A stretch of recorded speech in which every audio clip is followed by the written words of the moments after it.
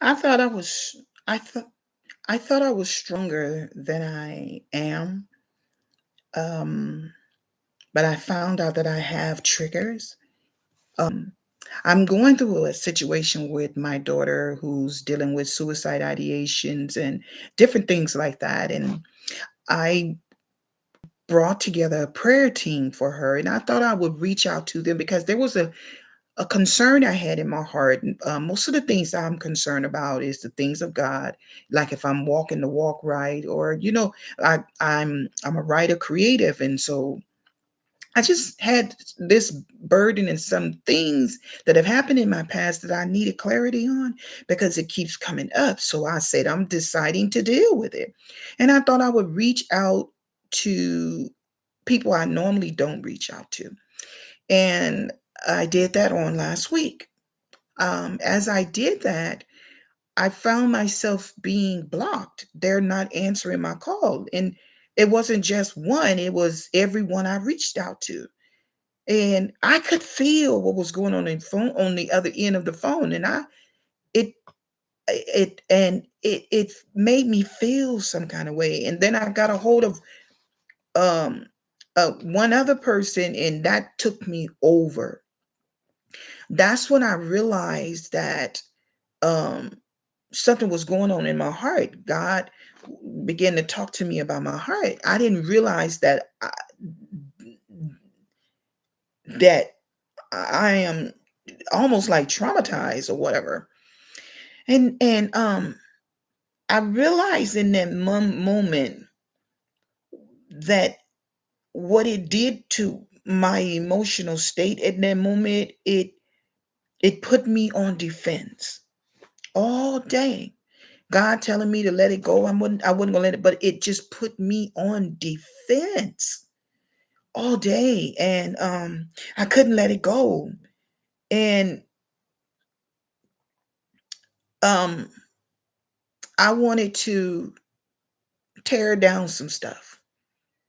I wanted to rip up some stuff. I wanted to tell them, how I felt, because when I'm on defense, I don't run. I will confront you. I will tell you how I feel. I will do a lot of stuff. You know what I'm saying? And that's what it did. And I realized, um so in my in your situation, what do you do when you are in my situation?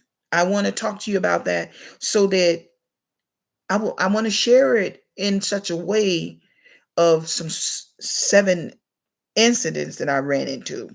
And maybe you can see something in that, and maybe you can get something out of this, okay? So here are 7 incidents, and I'm going to talk to you about what I uncovered from those incidents, um, in dealing with emotional brats. Okay. One of the incidents was, I the first lady I'm going to tell you about. I met her at a meeting, and I prophesied to her, and I guess she felt so good, and she just felt like she wanted to be just tell me about her testimony. And all right.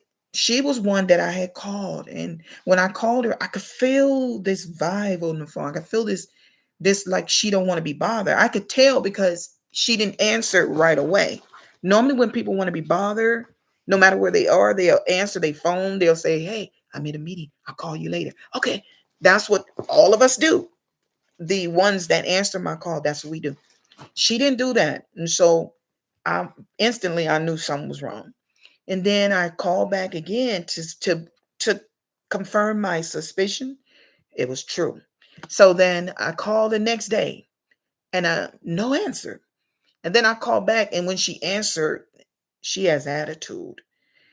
Um she's offensive, she's withdrawn, and I could tell that she was moody. And emotional hearers are moody. Emotional brats are moody and stuff like that. And she was being that with me. And so my next person, she I had her to, I wanted her to help educators, not educators, but help my students and different things like that. But she put herself out there like that. I didn't ask for it. She just put herself out there. This is what I do. I do this, blah, blah, blah. So I'm calling her about one of my students to help. She's not answering her phone. Back a few months ago or so, not too many months ago, she would answer my phone on the dime, but now I see her redlining my calls. Um, she's not answering them on the weekends, and she's trying to give me the message that you're not that important, and that's what it does. It gives me the message that I'm not important and that I'm not taking your calls. I'm going to treat you like everybody else. You're a client. You're not special to me, and that's hurtful to me. Very hurtful to me. Because I brought you on as somebody who would advise me and someone who would be there for me, and I'm expecting you to own up to your own end of the bargain, but you're not, and you're making me feel like I'm a nuisance. um and and she's pulling away.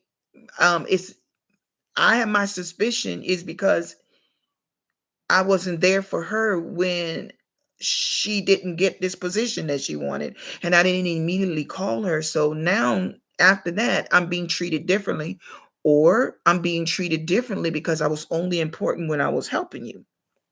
Either way it go, I'm being treated differently. Then there is another one. It was my sister. She, when I call her, she's my twin. When I call her, she goes off on you.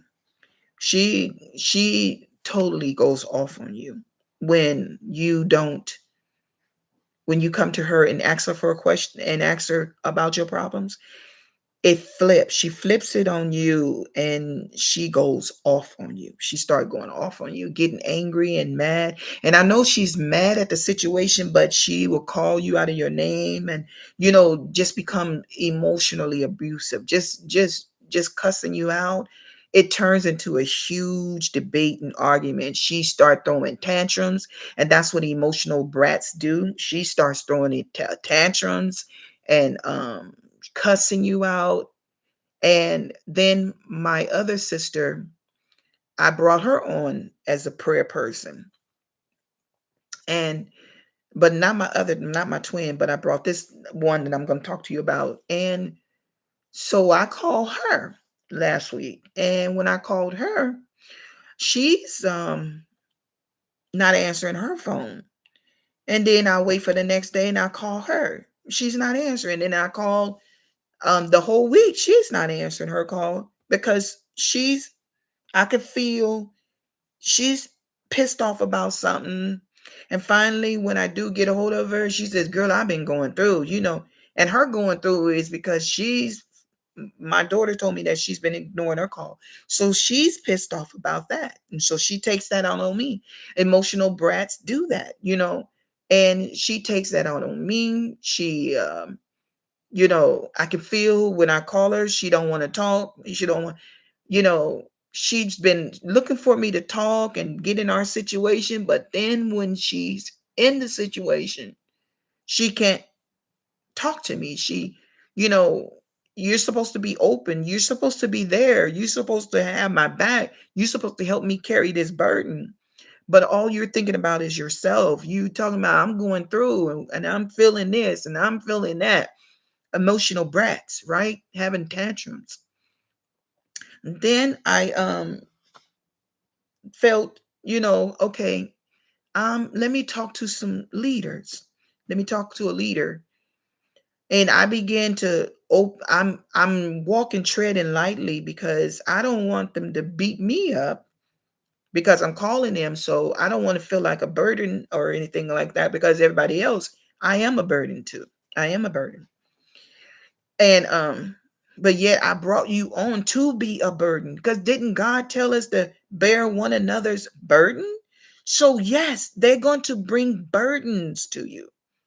And I brought you on as my burden. I brought you as my burden bearers. So, it's nothing wrong with me bringing my problem to you because that's why I brought you on as a burden bearer.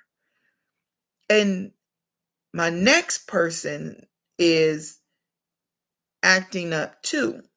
All of this is last week. And but I didn't bring this person. I just ran into them and I was thinking about bringing them on.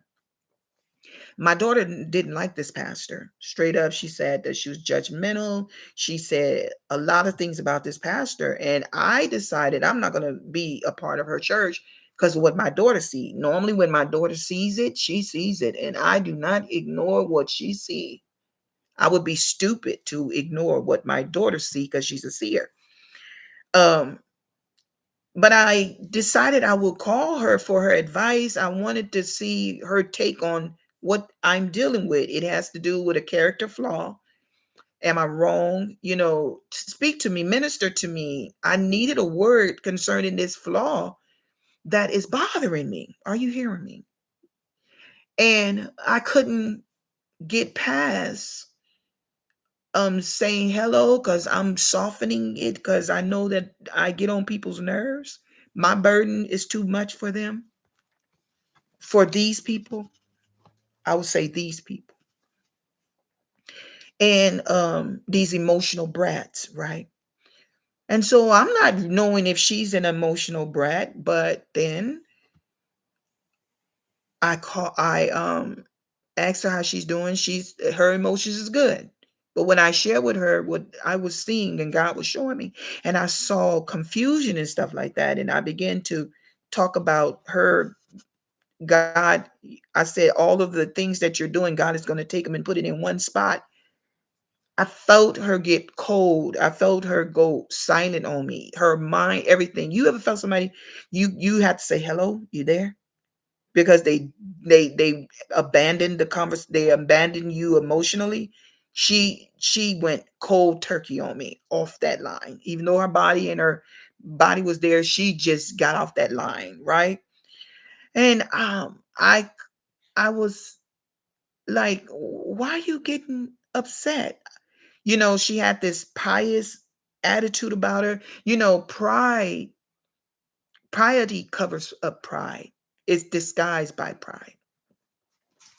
So she had this.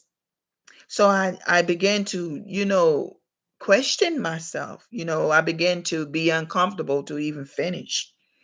But I went on because I had to, because this is what I saw. And when I got off the line with her, I felt really bad. Where to the point where God said, don't worry about it. I was like, no, we're going to talk about this. This bothers me, God. But God, the Holy Spirit, if there was angels in the house yesterday or 2 days ago, they were trying to comfort me. The Holy Ghost was trying to comfort me. He really didn't want me to be upset about it. He said, forget about it. Just forget it. Don't worry about that. I was taking it a little bit by God saying, it was me, don't worry about it. But I'm not sure. I couldn't judge because my heart was overwhelmed and my heart was troubled. And God was like, don't be troubled by that. Don't let that bother you. It bothered me because I knew the lady was gonna get off the phone and she was gonna go to somebody and she was gonna say, girl, let me tell you what she said. I done came off of a good trip and she gonna mess up my day. And I felt that pettiness because emotional brats are petty. Mm, almost made me shout. And I knew she was petty. I knew she was an emotional brat then at that moment. Um, and I couldn't get past the fact that she's getting ready to go and tear down my reputation. She's getting ready to go and make people think that I'm bad, right? And that troubled me. That troubled me. It brought out some old feelings that came from everybody treating me this way. And all of those old feelings started coming up. I didn't know that they were there. Um, on yesterday. And then Um, Another situation way back in the day, my twin situation was way back in the day because I haven't been dealing with her on this prayer stuff right here. And a woman came over into my life, and she was trying to win me to go to her church. But she found out about my situation, and she decides to come into my life and be that support. But she will call me for me to be her support. She will talk about all the problems she had. Knowing what I'm going through, this woman is dumping her burdens on me to bear her in the season that I'm going through what I'm going through. She became very heavy because she was messy. But as soon as I dealt with her and her mess, she became offended. She threw tantrums. She threw tantrums on the people who anybody she that was going through. She was like my twin. She would get pissed and she would throw a tantrum. Well, maybe I shouldn't be helping you. Maybe I should just back away. Maybe I should just leave it alone. Emotional tantrums. She started throwing that. And I shared with her about how she dealt with that lady that she was mainly supposed to listen and not throw daggers at her. You don't do that. And so she got upset. And I said, you shouldn't, you should stay away from helping people who are hurt all the way. That is not your area. Pretty much, she needed deliverance herself. And she took my advice. She left me alone, which was okay with me. But when she sees me, she doesn't talk. She avoids me because that's what emotional brats do. They avoid you. They're gonna redline you, like the educator did. She's redlining me because she's being emotional brat. My and I'm watching. You know what I'm saying? That's what they do. Um, I think I mentioned everybody now. I'm gonna sum it up with me. I dealing with my situation. And what I used to do is like that moment I had, that brat moment. I would reject you. I would just cut you off. You would today be talking to me, and tomorrow I'm gone, and you wouldn't know why I cut you off. Emotional brat. I would do that, or I would have tantrums. I will go off on you. I didn't have a problem telling you the truth, and I will be cruel about it. I'll be blunt. I'll be like, and you keep pushing me. I'm like, only stupid people would do something like that. That's kind of hard. Even when it come out my mouth, that's kind of hard. Just an emotional tantrum. Yes, yes, yes, yes. So, um, what do we do about all of that? Well, we evaluate. What do we do with all of that when that come into our lives? We evaluate it. We assess it. Let me tell you what I did. I With everything that happened to me last week, I wanted to go on the prayer line and tell those people off openly. I wanted everybody to know, and I wanted them to know that I'm talking about them.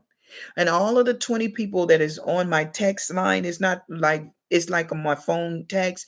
All of those people who are there to support my daughter would have been hearing about these four people that didn't answer their phone call.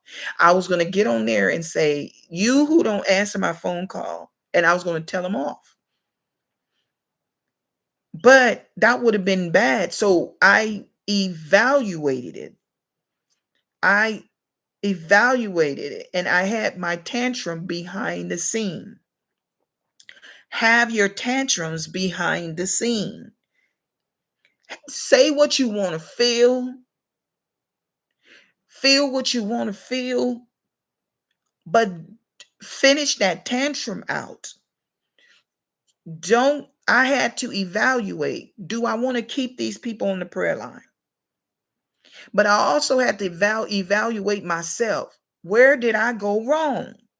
Here is where I went wrong. The woman who asked me for my number, all she wanted to do was tell me her testimony. She didn't want to come into no sisterhood. I wanted to bring her into a sisterhood. She didn't want to come into no sisterhood with me. She just wanted to tell me about her testimony. I was going above and I was doing too much, calling her, trying to get advice from her. I told her in that moment when she said that, I said, I got a mental health prayer line. Would you like to be a part of that? Yes. I didn't ask her to be a part of my advisor. I didn't ask her to be talk to me about my plays and movies. I could have done that and got my other team to do that. I didn't ask her to do that. And here I was going outside of what her responsibility was. My fault. On on Steve Harvey talked about knowing what a guy is saying to you. He didn't ask to be your boyfriend. He didn't say he wanted you for a girlfriend. You have to listen to what people are saying, right? Do emotional hearers listen, right? No, not with the right perspective. So, um, I started this prayer line not to make them my advisors. And here I was putting things up on them. Of course, I'm not going to find that type of relationship. I went outside of what I expected of them and started adding things that they weren't willing to do. I had to learn it the hard way to keep whatever. And it came to me as I was evaluating myself and dealing with it. And because if you evaluate yourself, you'll get answers. But if you evaluate others, you'll start pointing fingers. So as long as I'm evaluating myself, I'm getting answers where I went wrong. And so I won't be all discombobulated no more. I will set the guidelines. If I'm telling you to be my burden bearer, I expect you to answer the phone. And if you're not going to answer the phone, then I take it from there, right? But I did not set that, right? And then because nothing is clear, I just said be on my prayer line. I had no guidelines for them. I just said be on my prayer line. And you, you, you got to have that guideline, okay? I'm gonna say it again, guidelines. And so it came to me what I could do if I want somebody to help me with my sort out my plays. I can do another chat line on people who want to talk to me about my plays, who I can call on the phone and say, would you be a part of my play group?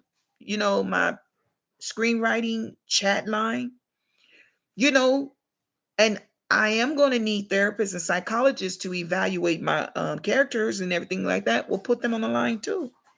In other words, whatever I'm trying to do, get that line for it and say, these are the rules.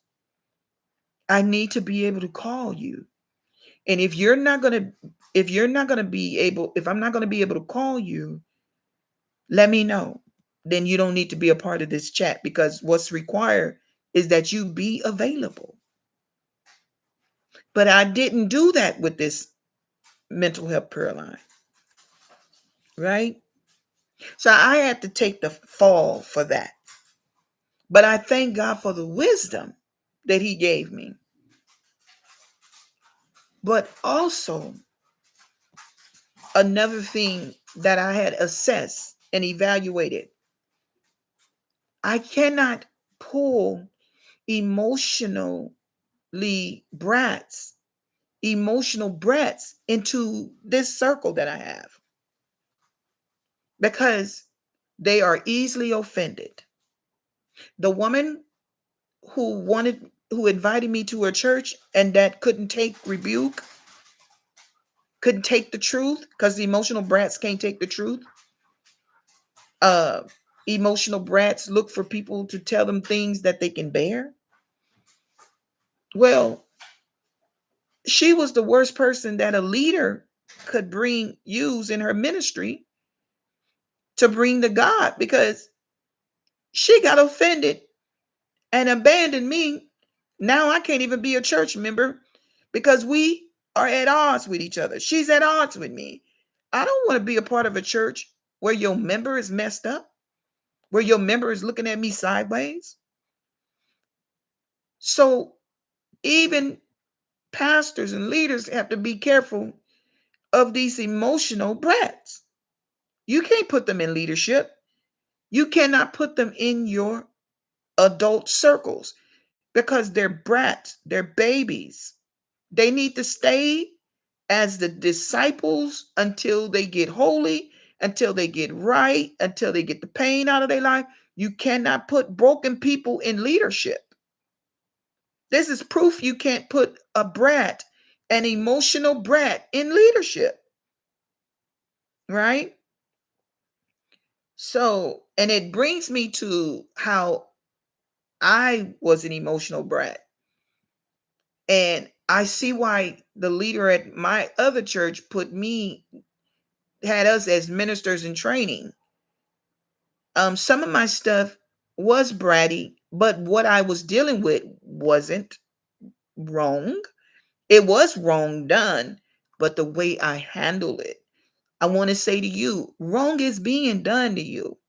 And this is not about who's right or wrong. This is about how a emotional brat handles things and that you can't have that brat in a circle of healers. That brat can't be a part of it. That brat, the leader is an emotional brat. And I know she's going to go take my reputation and tell people that I'm a false prophet or whatever she's going to do. She says she's over leaders. She could have handled me as a sister. She could have said, Leaders, I don't know if God is saying it, or she could have handled it a little different or whatever. To not make me feel like I'm a devil, like I'm a demon or a witch, but could have handled it in a way where it didn't damage me or make me feel real bad. There's a way we can deal with people, right? So I know that we can't put them in circles, not the circle that I created. They're not good in leadership, right? So that I said, okay, I should have stayed with my spiritually mature circle. The spiritual mature circle, and I'm quite sure you have that one person that you talk to that your emotions are safe there. Your heart is safe there. They're mature. But I went outside of my mature circle because I wanted the advice of somebody else. Now, these people that were brats, the emotional brat, are knowledgeable, but their delivery, their patience, all of that is they don't have that for me. The Bible tells us to bear one another's burdens, but they're not willing to do that. Um, the love of God is not shedded abroad in their hearts. They're selfish. They're into their own flesh. They will hurt you. They will strike. They will, if you're going through mental issues, You cannot lean and trust and depend on emotional brats. They come in all sizes. Your mom, they can be your dad, they your husband. He just cruel. A narcissist is an emotional brat. Mm. You know, um, a control freak is an emotional brat. Insecure people, low self-esteem. Those are emotional brats. They cannot help you. They cannot help you. They think about themselves. They greedy dogs. They gonna put all of their pressure, all their weight and problems on you. Before you know it, you gonna be babysitting. You gonna be helping them campaign. They don't care about the fact that your child is struggling. They aren't understanding. So all the ways you can't deal with them. You got to keep them where they belong, right? Um and I was presumptuous and foolish to go outside of a mature circle. I have 3 people that are spiritually mature. I should have stayed with them. I need to build a mature circle, a mature mental health prayer circle. I cannot have unsaved people, people who straddling the fence, people who are cruel, who are no compassion, no love. They're leaders, pastors, they're all kinds. They're all out there. And that was my mistake. I have concluded that I can't go, you know, that, you know, I can't go outside the circle. I wrote this down because I want to say this to you because it was important that I wrote it down and didn't want to forget it. I said, you don't know they're emotionally immature until you deal with them. Some of you are not going to know that they're emotionally immature until you deal with them. You're going to test them. So some people you're going to have to call on the phone when you're trying to build up your group of your team or your prayer team or your business. And there's a certain type of people you want.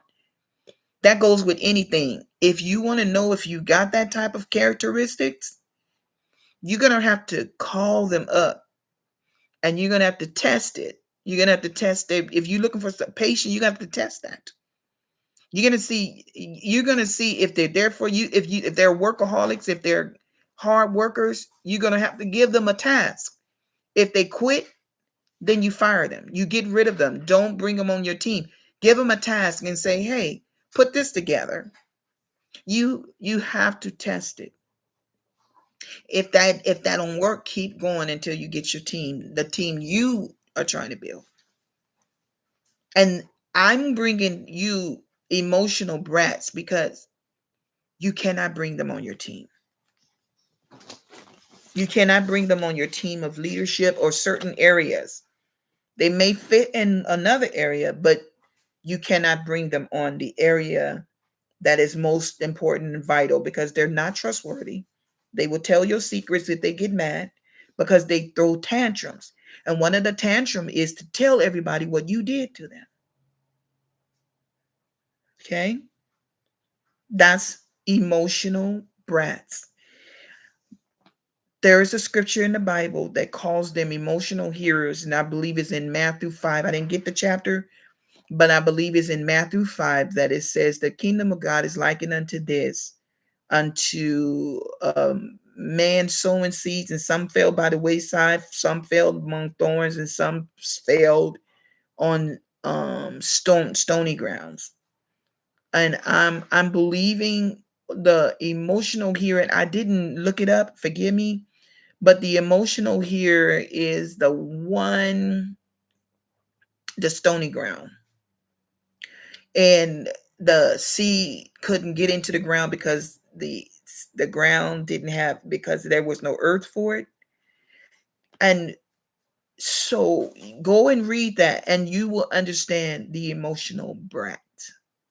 And maybe I will talk to you more about that in another video. Um I pray that God show you who to help carry your burden in your season where you can't carry by yourself. I pray that you do not get intimidated by the emotional brat. I pray that you do not bring them on your team. I pray that you be comfortable with the spiritually mature, because sometimes you can walk over them. If you are an emotional brat, I pray that you sit yourself down and get under a tutor of strong people who can help you not be petty, help you not fight back, help you not um be ignorant in seasons where you need to be smart and wise, help you to be a young lady, help you to be a young man, professional, help you to be holy, help you be a positive Christian, help you to be a real Christian with morals, ethics, with respect, with honor, help you to walk this walk like God said walk it, because there's no way you can do that without there's no way you can do that being an emotional brat. It has you have to have that help and support. You need someone to bear the burden. If it's too hard for you, if it's not, then you and God can do this. But if not, then get help from your leader. If your leader is not willing to help you, you may be thinking about if that's the right leader for you, right? So and the or maybe they don't have the time because they got 1,000 people they working with. You know, you figure that out through the Holy Ghost. You and the Holy Ghost figure that out, because sometimes we can be emotional brats and think that you supposed to be somebody's priority, first priority. You can think a little off. You're not to be their first priority. You ain't earned that priority. You're not a priority. So you have to wait your turn. And that's another thing about an emotional brat. They think they're supposed to be the priority, first in line. No, they got other people they got to deal with. And they can't take the truth. The truth is, you're not a priority like that. Go where you are a priority. You're a priority with God. You got to wait your priority time, right? Wait till they get to you. You on the wait list. Wait till they get to you. In the meanwhile, you learn how to seek God for yourself, right? Um, and there are people in your circle who are strong that you have ignored, and they can help you. You don't have to have the leaders. If you want help, it don't matter who helping you. If you want food, it don't matter who feeding you. If you're hungry, you know what I'm saying? So it's all about you not being prideful. It's all about you not thinking you more than what you are, and that you thinking you're so special that you need this special person and to do this because somebody done told you you chosen and called to the nation. So now you want those that in the nation to take care of you when you trying to use them as a leg up. No, if you want deliverance, you go to prayer meetings and you find God for yourself. And in that, God will give you somebody to help you bear your cross, right? Um, I pray that you get past yourself. I pray that your ears get open, that your grounds get right. I pray that if your grounds are right, you find right grounds to bring to into your life. You bring right grounds in your life, because emotional brats are not someone that you work with, but emotional brats are somebody that you help. And so you don't want to hire someone you're supposed to help. It's like if you open up a business for people who are mentally ill, you don't want to hire a mental ill person to help another mental ill. You want to take them and bring them in as your clients. So I'm saying to you, don't hire your clients. Don't hire your mission. Just because they showed gift and talent, you are abusing them because they're not sane enough for you to help. So don't hire them. Don't bring them into your circle. Do you know what I'm saying? Right? All right. I'm hearing this right here that when Jesus went out there to hire people, they were out there waiting to be hired, and I'm quite sure they were okay. But then look at the emotional brats. They was like, well, why are you paying them more than what you paying us? Well, God said, whatsoever is right, I said I will pay. That's what you agreed upon. If you wanted more, you should have got more. That's what emotional brats do. Okay. Pharisees, emotional brats, Sadducees, emotional brats. If you want to know more about them, read about them.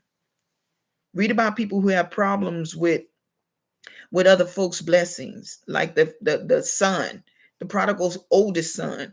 Daddy, you didn't do a part of it with emotional brats, right? You didn't do a party for me. Come on.